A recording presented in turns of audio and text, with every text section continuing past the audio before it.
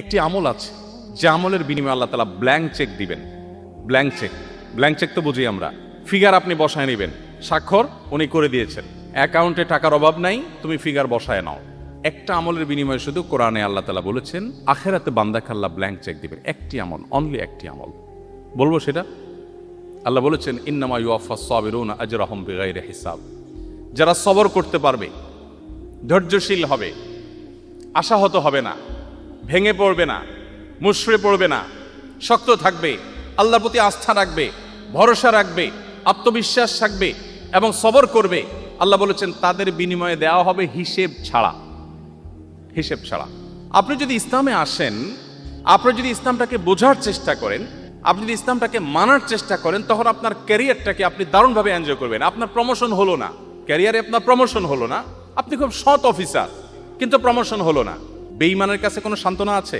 যার আখিরাতের প্রতি বিশ্বাস নাই তার কাছে কোনো সান্ত্বনা আছে? আমি একজন সৎ মানুষ বাট প্রমোশন হয় নাই, মানে এর চেয়ে বড় ট্র্যাজেডি আর কি হতে পারে? আপনার কাছে তো এর চেয়ে কষ্টের কিছু, আপনি শেষ হয়ে যাবেন ভিতরে ভিতরে কুরে কুরে। তার কোনো সান্ত্বনা আছে? তো ইমানদারের সান্ত্বনা আছে না নাই? আছে না নাই?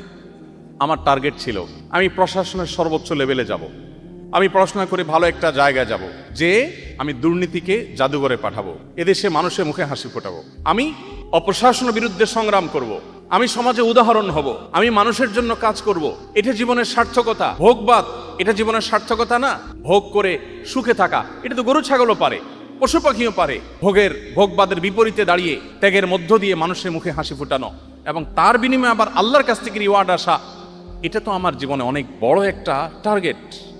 এই টার্গেট যদি আমি ফুলফিল নাও করতে পারি, আমার প্রমোশনই হলো না, চাকরিটাই হলো না, জায়গা মতো যেতেই পারলাম না, ইমানদারের সান্ত্বনার জায়গা হলো নবীজি বলেছেন মানহাম্মা বিহাসানাতিন ফালাম ইয়ামালহা। কেউ যদি কোনো ভালো কাজ করবার সংকল্প করে কিন্তু করতে না পারে, আল্লাহ তাআলা তাকে ওই কাজটা করার যেহেতু ইচ্ছার কোনো ত্রুটি ছিল না, কিন্তু সে পারে নাই, তার প্রমোশন হয় নাই, তার চাকরিটা হয় নাই, ব্যাটে বলে হয় নাই, তার স্বপ্ন ছিল, তার ইচ্ছা ছিল, ইচ্ছাতে কোনো খাদ ছিল না, সে সঠিক সিদ্ধান্ত গ্রহণ করেছে বাট হয়ে ওঠেনি।